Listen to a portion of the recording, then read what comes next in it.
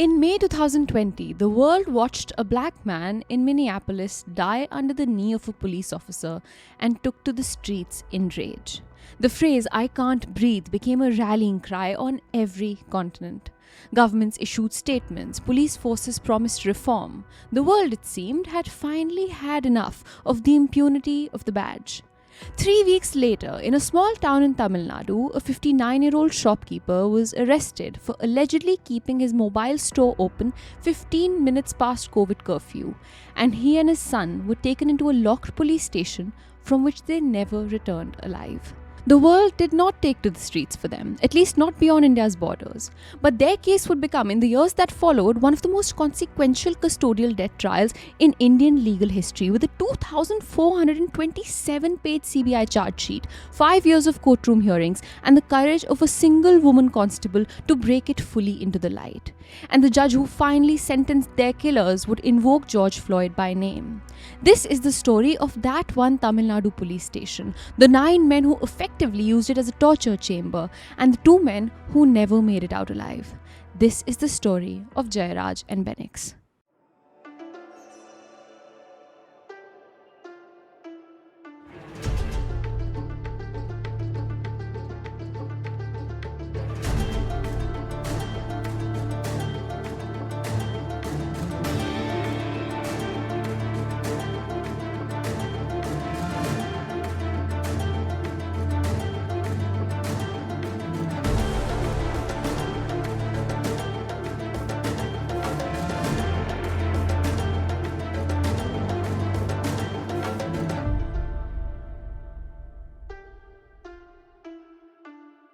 Hi everyone, welcome to the Desi Crime podcast, a show where we dive deep into some of the craziest cases from around South Asia. I'm your host Aishwarya.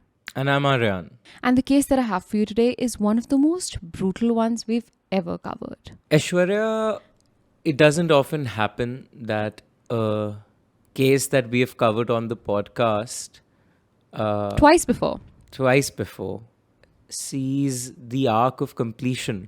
It is testament to the fact that we've been doing the podcast for a very long time, and now the cases that we covered in the heyday of the podcast, one of the most consequential ones we ever covered in 2022, which is the case of Jayaraj and Bennix, has finally some semblance of justice achieved. Of course, a lot in the case is still yet to be done, and there'll be other courts that will take care of this. But the story of Jayaraj and Bennix, I think, finally has had some semblance of completion. This is a case of police brutality that we covered in 2020 during the heyday of police brutality protests in America about George Floyd. And so it was symptomatic to see it in India. But we never thought, at least I never thought, the officers responsible for it would face the kind of punishment at least the lower court has sentenced them to. 100%. And the case also, I think it marked a demarcation for us in Desi Crime philosophy, where when we had started, we were to cover cases that nobody had heard of, cases that hadn't made it to the limelight, cases that, a generation of people had forgotten. Something like a Ranga Billa was kind of what the aim we walked into this with was. And then this case just kind of obviously thrust the country into commotion and pandemonium and outrage.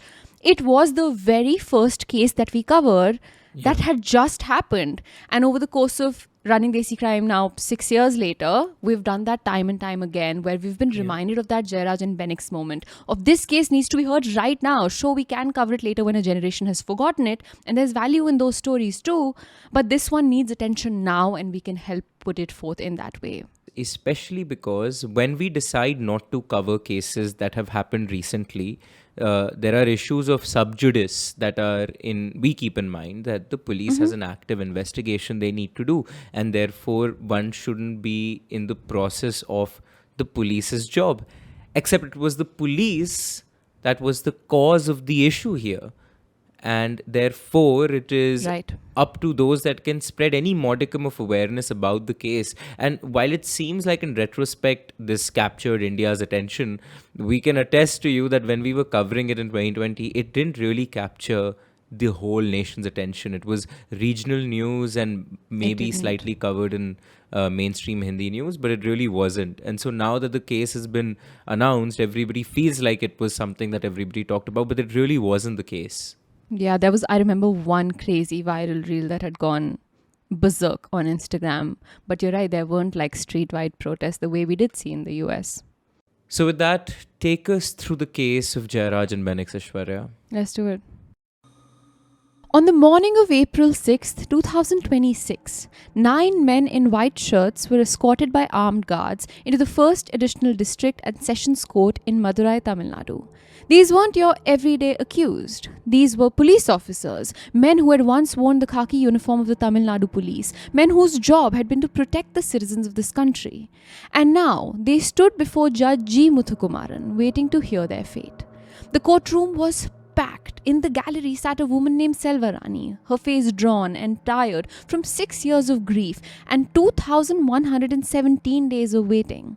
Beside her sat her daughter Persis, clutching her mother's hand. The men they had come for, the two people who had been the pillars of their family, were not in the courtroom. They couldn't be. They had been dead for almost 6 years. And dead for a reason so small, so mundane, so human. It just makes this story all the more tragic. The reason was that their shop may have been open 15 minutes past the COVID-19 curfew time. 15 minutes, that's it. That's the reason a 59-year-old man and his 31-year-old son were beaten to death by police officers over the course of an entire night. And here's the craziest thing. The CBI would later confirm that there was no violation of COVID rules at all. The charges were entirely fabricated. When the judge finally spoke his verdict on that April 2026 morning, his words landed like a hammer. He called this a rarest of rare case. He said the men standing before him had committed a, quote, gross abuse of power. He said that the very people entrusted with protecting citizens had instead turned into their executioners. And then he delivered his sentence. Death for all 9 of them. Selvarani broke down, Persis held her. The courtroom erupted. Outside, the news spread through Tamil Nadu like wildfire, and within hours across all of India. Social media exploded. News anchors called it historic. Legal scholars called it unprecedented. Because in a country where over 2,200 people have died in police custody between 1999 and 2023, where convictions in custodial death cases are so rare that the National Crime Records Bureau recorded 0 convictions between 2018 and 2023, 9 police officers being sentenced to death for torturing and killing 2 ordinary citizens was nothing short of extraordinary. But on that night 6 years ago, that those 2 men, a father and his son, were dragged into the Sathankulam police station, there was nothing extraordinary about what happened. It was, by all accounts of custodial violence in India, tragically ordinary. And that might be the most terrifying part of this whole story. But we'll get to all of that. Before that, let me first tell you about the men at the center of this crime. P. Jayaraj was 59 years old. He was a trader, a small businessman, the kind of man you'd find in every town across Tamil Nadu. He ran a modest mobile phone accessories shop in the Kamarajar Chowk area of Sathankulam, a small town in Tamil Nadu. He had high blood pressure, he had diabetes, he had a wife, Selvarani, and 3 daughters, and 1 son, his youngest and only boy, J. Bennix. Bennix was 31 years old. He ran a mobile phone stand near the Kamarajar statue in Sathankulam, close to his father's shop. He was the baby of the family, the pampered only brother to 3 older sisters. His sister Persis would later tell journalists that Bennix made it a point to talk to his sister's children every single day. He was that kind of uncle, the kind who would never forget to get chocolates for his nieces and nephews whenever they visited. Years after his death, Persis' younger children would still ask when Mama was coming back with their chocolates. In the context of this happy home, for this family and for families across the world, the year 2020 then arrived. And boy, did it arrive like a storm in the night nobody saw coming. Within weeks of the new year, a virus that had quietly been spreading through the wet markets of Wuhan in China had crossed oceans and borders and was tearing through the world with a speed nobody was prepared for. By March, the World Health Organization had declared a global pandemic. It has been confirmed that there are 2 cases now in England. Egypt's health ministry has announced a first confirmed case of COVID-19 in Africa. The latest Italian health report here says there have been more than 50 new cases overnight. Countries that had never shut their borders in peacetime slammed them shut overnight. Flights were grounded, schools were closed, offices emptied out. In India, Prime Minister Narendra Modi announced one of the largest lockdowns on the planet on the 24th of March, giving 1.4 billion people a notice to stay inside their homes indefinitely. देश में जहां भी हैं वहीं रहे। अभी के हालात को देखते हुए देश में ये लॉकडाउन 21 दिन का होगा। The streets of a country that never sleeps went silent. And in the middle of all of this, police across the world were given one job: enforce the lockdown, keep people inside by whatever means necessary. Across India, videos surfaced of officers beating citizens with lathis for stepping outside, making people do sit-ups on the road for not wearing masks, humiliating vendors and laborers who had no choice but to be outdoors. For most people watching from the safety of their homes, these videos were memes, dark humor, just Indian police being Indian police. But for the people on the receiving end of those lathis, there was nothing funny about it.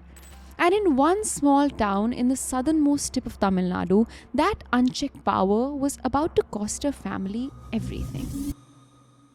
On June 18th, 2020, in Sathankulam, like everywhere else, the police were tasked with making sure the lockdown rules were followed. That day, a group of daily wage workers had gathered in the Kamarajar Chowk, waiting to collect their wages from a work agent. Police personnel showed up and started verbally abusing them, threatening to file cases if they didn't leave immediately. A few shopkeepers in the area pushed back. Among them was Jayaraj, who told the workers not to be scared and to wait for their money, as was their right. This exchange was reportedly relayed back to other police personnel by a head constable. The next evening, on June 19th, 2020, at about 7:15 p.m., a police team from the Sathankulam police station rolled into Kamarajar Chowk. The team was led by Inspector S. Sridhar. They were there to enforce COVID curfew, but witnesses later told investigators that the real purpose of the visit was to confront the traders who had talked back to the police the day before. Sub-Inspector Balakrishnan approached Jayaraj at his shop and started questioning him, and soon things escalated between the two. By 7:30 p.m., Jayaraj had been arrested at his workshop by Sub-Inspector Balakrishnan, Inspector Sridhar, Constable Muthuraja and other officers. Between 7:30 and 7:45 p.m., a friend rushed to Bennix's mobile stand near the Kamarajar statue and told him his father had just been taken by the police, after which Bennix did what any son would do. He dropped everything and ran to the Sathankulam police station and waited outside for someone to meet him. Soon, the police called him in, and the moment he walked through those doors, he saw his father on the floor being beaten by Sub-Inspector Balakrishnan. Bennix's heart broke, and we can only assume a mixture of fear and anger and sadness and agony came over him. He confronted the officers. He demanded to know why they were doing this to his father. And that was the moment police decided that Bennix too needed to be taught a lesson. The doors of the Sathankulam police station were locked, and what followed inside those locked doors from 7:45 p.m. that evening until 3 a.m. the next morning is something I need to warn you about before I describe it. What I'm about to tell you is graphic, it's violent, it's deeply disturbing, and every single detail of it comes directly from the CBI charge sheet filed after an extensive investigation.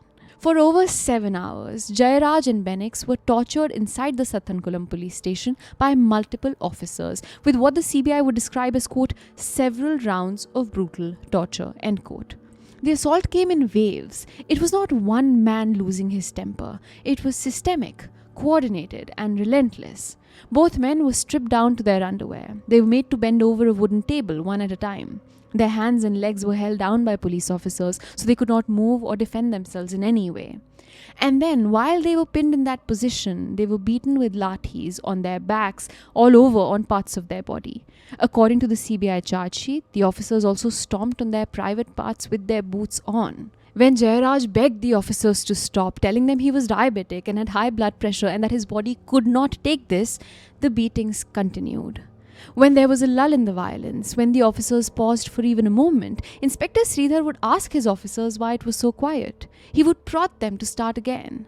The CBI described him as the chief instigator, the man who ensured the assault never stopped. The officers allegedly took breaks during the night to drink alcohol, and then they returned to the beating drunk. When the blood from Jayaraj and Bennix splattered on the walls and floors of the police station, the officers forced the injured men to clean up their own blood with their own clothes. The DNA analysis later confirmed that blood samples recovered from the walls of the lockup, the toilet, the SHO's room, and the wooden lathis used in the beatings all matched Jayaraj and Bennix's DNA. Outside the police station, friends and relatives of the family had gathered. They could hear the screams coming from inside. Bennix's friend and their family lawyer S. Manimaran stood outside the glass gate and watched what he could see.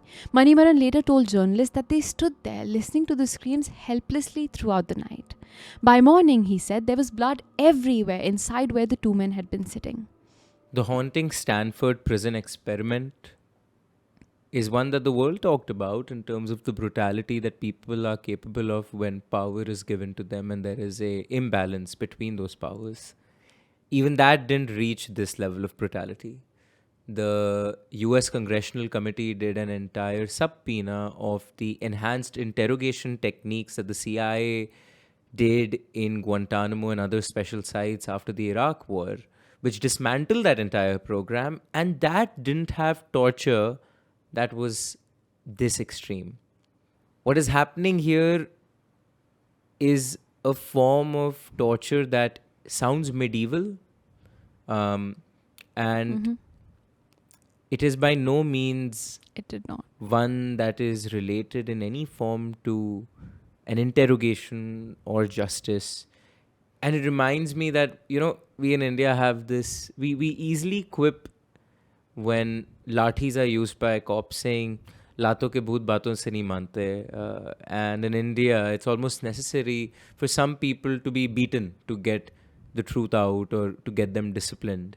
And I just feel that precedent, when taken to its very extreme, obviously, this is an extreme. And we've talked about the amazing things cops do in India and how much we appreciate them for their service. But there is this side of it too that needs to be talked about no matter what. And this is just one of the grossest global examples of police brutality that I have personally ever come across. And we have come across several cases of police brutality. This sounds to me like Jamal Khashoggi being murdered at the embassy. Yeah. This is that level of brutality, but there is no spy syndicate involved. This is just abusive cops with high and drunk, literally, on power. And I also think, to some degree, we as a culture, South Asia in general, bodily autonomy and the respect for someone else's literal space around their literal physical bodies is a little lost on us, because we see physical abuse in any relationship where there is a power disparity. We see it between cops and the police. We see it between teachers and students. For those of us who grew up in Delhi NCR, it's so unfathomable that we could be hit by teachers, not regularly, at least maybe like 15 years ago, we remember being slapped by a teacher once. I personally have studied in the middle of nowhere schools in India, 14 different schools in like places most people don't even know exist in this country. And I cannot tell you the degree to which students are beaten up in classrooms. I cannot tell you the amount of times my parents have had to show up at school to fight for how the hell can you touch my child. That is very common. Obviously, abuse between parent and a child, physical abuse of that nature is so common. Between husband and wife, it is so common. It's almost as if there are people we think belong to us, and so does their body, and so does our right to hurt them in this way. And that's really, really unfortunate. This is obviously one of the worst examples of that I think we've ever covered. Yeah, and I mean, just to put a pin in the nature of violence, is that this is obviously not the first time they're doing this. Yeah. Nobody goes from zero to unfathomable extreme violence. This is almost institutionalized in particular stations and thanas where there is a culture of violence, and this is just an extreme version of that, not to say it is the isolated version of that. Now, while all of the torture is taking place inside this police station, there is one person inside who is watching, but in horror. Her name was Revati, Head Constable R. Revati, 37 years old at the time, who had arrived for her night shift at around 8:50 p.m. When she walked in, she could already hear someone screaming and crying from inside. She heard a voice crying out for his mother, saying it hurts, begging to let go, saying what he did was a mistake, apologizing. She heard Sub-Inspector Balakrishnan shouting at the man, taunting him for causing a commotion inside the station. Revati watched as the officers beat the two men with whatever they could get their hands on. She tried to offer Jayaraj water and coffee when the officers weren't looking, but when she did, one of the officers knocked it away. At some point, when the two men were stripped naked and their hands were tied, Revati could not take it anymore. She left the room. But she did not forget what she saw. She would remember every detail, and she would become the single most important witness in this case. By the morning of June 20th, the torture had finally stopped. But now the cover-up had begun. The officers filed a first information report against Jayaraj and Bennix, charging them under sections 188, 269, 294B, 353, 5062 of the Indian Penal Code. Disobedience to public order, negligence likely to spread infection, obscene acts, assaulting a public servant, and criminal intimidation. All of these charges, the CBI later confirmed, were entirely fabricated. There had been no lockdown violation. There had been no assault on police. The FIR was a fiction designed to justify an arrest that had already happened and to cover up the tracks of what the police had done to the two men whose only real crime was speaking up. But the cover-up went far deeper than a fake FIR. The police knew that Jayaraj and Bennix had to be produced before a medical officer and a magistrate after that before they could be formally remanded to custody. These were safeguards built into Indian law specifically to prevent custodial torture. A doctor is supposed to examine the accused and flag any signs of violence. A magistrate is supposed to look at the accused, talk to them, and satisfy themselves that the person is being treated lawfully. These safeguards exist precisely for nights like June 19th, and on the morning of June 20th, every single one of them had failed. First, the police took Jayaraj and Bennix to Dr. N. Vanilla, the medical officer at the Sathankulam government hospital. Both men had been beaten for 7 straight hours. They had visible injuries. They were bleeding so profusely from their rectums that they had to change 6 lungis during the journey to the hospital. And yet, Dr. Vanilla declared them, quote, fit for remand. The CBI report would later state that this declaration, made in the face of obvious and severe injuries, denied the two men the medical treatment that might have saved their lives.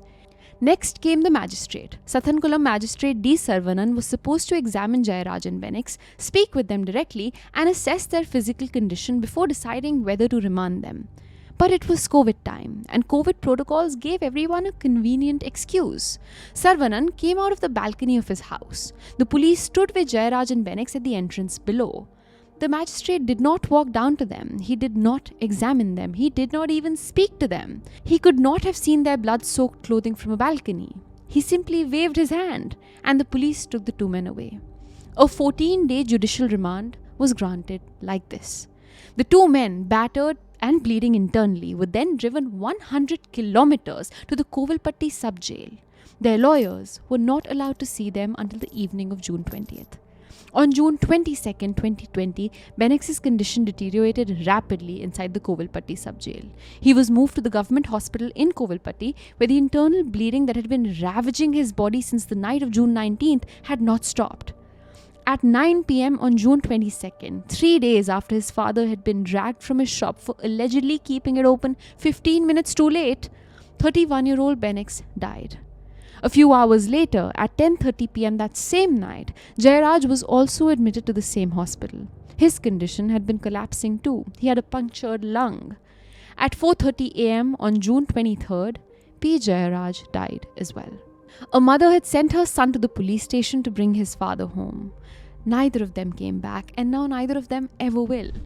When the news broke, the initial reaction from the Tamil Nadu state government was not remorse. It was denial. On June 24th, the Chief Minister E.K. Palaniswamy issued a public statement claiming that Jayaraj and Bennix had died, quote, due to illness. Not due to torture, not due to 7 hours of beatings. Illness. The next day, perhaps sensing the rising tide of public fury, he announced a compensation of 10 lakh rupees each to the family and promised a government job to one family member. But the people of Tamil Nadu were not fooled. By the evening of June 23rd, protests erupted across Sathankulam. Shopkeepers pulled down their shutters. Traders' associations across the state called for strikes. Social media campaigns under the hashtag Justice for Jayaraj and Bennix went viral. Comparisons to the killing of George Floyd by a police officer in Minneapolis, which had happened barely a month earlier and had sparked worldwide protests, were impossible to ignore. Retired Supreme Court Justice Kardju wrote that what happened in that police station was, quote, worse than the Nirbhaya case, for which 4 persons involved were hanged, end quote. You see, the rage following the deaths was not just about Jayaraj and Bennix. It was about a system in which, as CNN later reported, not a single police officer in India had been convicted for a custodial death since 2011, even though over 860 cases had been recorded in the same period. A system inherited from colonial British rule, designed not to serve the public but to subjugate them. A system where, according to the National Campaign Against Torture, 60% of those who die in police custody come from poor and marginalized communities. What made the Sathankulam case unusual, as researcher Jinay Lokanita pointed out, was that the victims were shopkeepers from a middle-class background. This wasn't the kind of family that India was used to seeing as victims of custodial violence. And perhaps that, more than anything, is what made the country sit up and pay attention. There is another dimension of this case that I think is important to discuss because it reveals something about the structures that enable this violence. In Tamil Nadu, there existed a program called Friends of Police. Launched in 1994, it was a community policing initiative that recruited civilian volunteers to assist the police. On paper, it sounded like a great idea. Bridge the gap between the police and the community, build trust, create a network of civic-minded citizens who would work alongside law enforcement. In practice, it had become something very different. These volunteers, who had no formal training and no legal authority, were used by some police stations as informal enforcers. In the Sathankulam case, police volunteers were allegedly present inside the station during the assault and participated in the beatings. The CBI charge sheet makes reference to these volunteers being involved.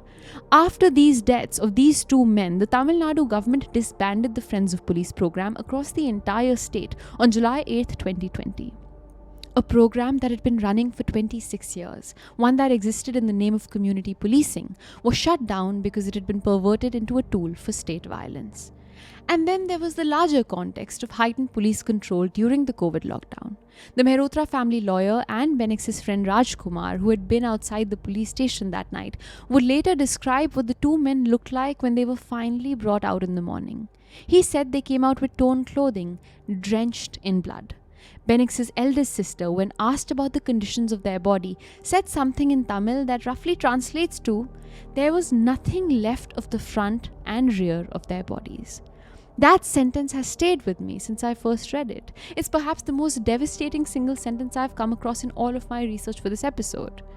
During his last phone call to Selvarani, Jayaraj, who was being transported to the sub-jail, told his wife that whatever happened, happened, and that she should move to her brother's house. Those were the last words Selvarani heard from her husband. He wasn't asking for help. He wasn't asking her to fight. He was telling her to leave, to protect herself. He already knew, I think, that no one was coming to protect him. On June 24th, the Madurai bench of the Madras High Court took suo motu cognizance of the deaths. This is legal language for saying the court itself decided to look into the matter without waiting for anyone to file a case. Justices P.N. Prakash and B. Pugalendi noted what appeared to be a case of murder and flagged evidence destruction, including CCTV footage from the police station that had conveniently been set to auto-erase daily. The court ordered the CBCID to investigate, and soon after, the case was transferred to the Central Bureau of Investigation. CBI teams camped in Madurai for weeks, working through the middle of a pandemic, piecing together what happened inside those walls. But the CBI's case would have been immeasurably harder without one person, Head Constable Revati. When Magistrate M.S. Barathidasan arrived at the Sathankulam police station to conduct a judicial inquiry, the atmosphere was hostile. The accused officers were uncooperative and intimidating. Constable Maharajan was noted for his rude behavior. Records were being delayed, evidence was being tampered with, and in the middle of all of this, Revati made a decision to speak. But she asked the magistrate for one thing before she spoke. She said, quote, "Sir, I will tell you everything, every detail, the truth that's being hidden. But I am a mother of 2 young girls. Can you guarantee the safety of my children and my job?" End quote. And after that one simple request, she told them everything. She described each round of beatings. She described the sexual assault. She described how the officers drank alcohol during breaks and then returned to the torture. She described how the victims were made to clean their own blood. She described everything she had seen and everything she had heard. The pressure on Revati to stay silent was enormous. Fellow officers contacted her directly and indirectly, asking her to lie to investigators, to tell them that certain officers were outside the station or outside the town when the beatings happened. But she refused. In fact, the pressure she was facing from her colleagues was so enormous, a guard had to be posted outside the inquiry room to ensure she could safely record her statement. She was initially so afraid of retaliation that she hesitated to sign her own statement after giving it. It was only after the Madras High Court assured her of protection that she put her signature on the document. She later told a journalist that she did what she did because, quote, everyone is equal before the law.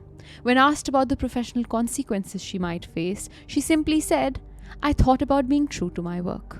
Without Revati's testimony, the forensic evidence, the blood on the walls, the DNA on the lathis, could have been explained away or suppressed. With her account, the prosecution had a living, breathing witness to the horror of that night, a witness who happened to also be a police officer herself. You know, it goes without saying that what Revati did was brave, but it goes beyond just that.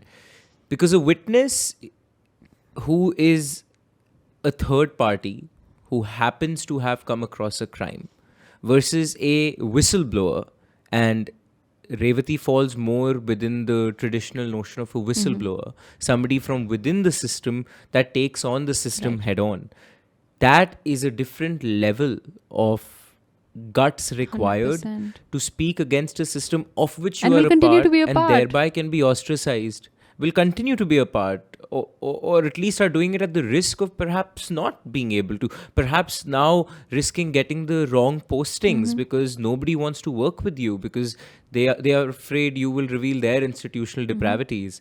It reminds me of John Kiriakou, somebody who I have become a fan of recently, who was the very person that exposed the CIA's torture program in Guantanamo, and he was a CIA special agent himself.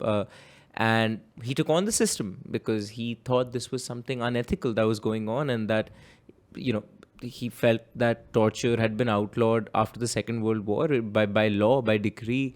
And so for him to see and speak up, I was really, something spoke to me. And Revati is that one person, because all the forensic evidence in the world is worth nothing if the correct witness isn't there. There are so many loopholes that the defense can exploit to perhaps make it seem like they didn't do it, perhaps make it seem like there is room for doubt. Yeah. But with Revati there just isn't, because she has zero incentive None to lie. whatsoever. And with Revati's testimony, the CBI moved fast in this initial phase.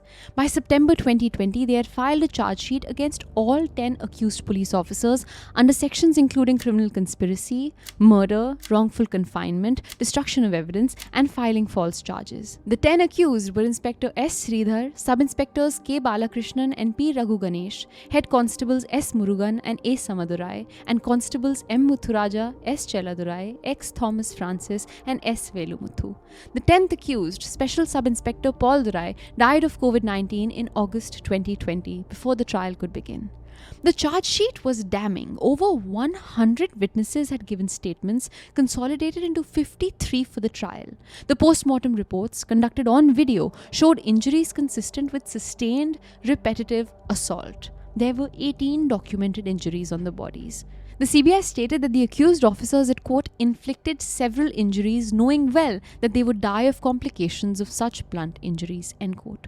One chilling detail from the charge sheet: police officers were overheard saying that they had, quote, found a father and son to practice beating on, end quote. But then the case entered the Indian judicial system, and what followed was 6 years of delays. 4 different judges were assigned to the case. There was no permanent judge for extended periods. Each of the 9 accused had their own lawyers, which meant every witness was cross-examined 9 separate times. Inspector Sridhar, defending himself without a lawyer, prolonged proceedings by asking repetitive and irrelevant questions. Witness examination took 3 to 4 months per witness. In 2021, Selvarani petitioned the Madras High Court to complete the trial within 6 months. The court directed the lower court to speed things up. Multiple deadlines were set, multiple deadlines were missed. Human rights activist Henry Tifange of People's Watch criticized both the state government and the judiciary for the delays, asking why not a single full-day hearing had been held. During these years, Selvarani could not bear to live in Sathankulam anymore. The town where she had spent most of her life, the town where her husband and son had run their shops, was now a place of unbearable memories. In August 2020, she left. Her daughter relocated with her from Vijayawada and took a government job in the neighbouring Tenkasi district so she could take care of her mother. The family, 3 daughters, 3 son-in-laws, their children and one grieving mother pulled together. But the absence of Jayaraj and Bennix left a hole that could never be filled. Persis' children kept asking when their mama was coming back. They all kept scrolling through photos on the phone looking for his face. Those 6 years of delays in judicial workings led us to the 23rd of March 2026, when Judge G. Muthukumaran of the 1st Additional District and Sessions Court in Madurai convicted all 9 accused police officers of murder. That conviction was coming. Everyone who knew the case knew that the evidence was too strong for it to not happen. What was unexpected was what came 2 weeks later, on April 6th, when the judge delivered the sentence. Death for all 9. The judge's remarks were scathing. He said that if ordinary citizens had committed this crime, ordinary punishment would have sufficed. But this crime was committed by the police themselves. The very people who were supposed to protect citizens had instead tortured and killed them. He compared the case to the killing of George Floyd in the United States and noted that such acts of police brutality were happening globally. He described the crime as one that, quote, uprooted the very foundation of a family, end quote. The court also imposed a total fine of 1.4 crore rupees as compensation to the victims' families. The verdict was described by legal experts as possibly the first time in Indian history that police officers had been sentenced to death for a custodial killing. Amnesty International responded to the verdict by acknowledging the rare moment of accountability, but also stating that the death penalty itself is not justice. Amnesty called for India to ratify the UN Convention Against Torture, something the country had failed to do for decades. Henry Tifangi agreed that the verdict was significant, but added that what India needed was not harsher punishments, but structural reform. Reform of a police system that still operates under colonial-era laws designed for control, not for rights. We at Desi Crime have spent years with this case on our minds since we first covered it for our audio-only listeners in 2020, just days after it happened, and I have a few things to say before I close. First, about this system that failed. Every safeguard that existed in Indian law to prevent exactly what happened to Jayaraj and Bennix failed that night. The doctor who was supposed to flag their injuries declared them fit. The magistrate who was supposed to examine them waved from a balcony. The FIR that was supposed to document facts was fabricated. The CCTV that might have recorded evidence was set to auto-delete. Every single checkpoint that Indian law has built to prevent custodial torture was bypassed with casual ease. That terrifies me, and it should terrify everyone, because it suggests that these safeguards are not really safeguards at all. They exist on paper, but in practice, when the police decides to torture someone, the system bends around them. Second, about Revati. In a country where one police officer testifying against another is virtually unheard of, this woman put her career and her family's safety on the line to tell the truth. The Traders Association of Tamil Nadu has asked the state government to promote her and to honor her. As of today, I don't know what has happened with that, but I know that without her, this verdict may not have existed. Third, about the death penalty. I know there are strong feelings on both sides of this debate. The 9 officers have been sentenced to death. But punishment is not reform. Tamil Nadu alone reported 490 deaths in judicial or police custody between 2016 and 2022. The Sathankulam verdict is extraordinary precisely because it is so rare. One case of getting justice does not fix a system that produces these outcomes year after year after year. And lastly, about Selvarani, a woman who had sent her son to bring her husband home from the police station and lost them both. A woman who had to leave the town she had lived in for most of her life because every corner of it reminded her of the 2 people she had lost. A woman who waited 2,117 days for a court to say what she already knew, that her husband and her son were murdered by the people who were supposed to protect them. Selvarani's grief is not unique. It is replicated in thousands of homes across this country. Homes where someone was taken by the police and never came back. Homes where no CBI ever arrived, no judge ever convicted, no verdict was ever delivered. For every Jayaraj and Bennix, there are hundreds of those names we do not know. And for all of them, for all of their sakes, for our own sakes, we will keep watching.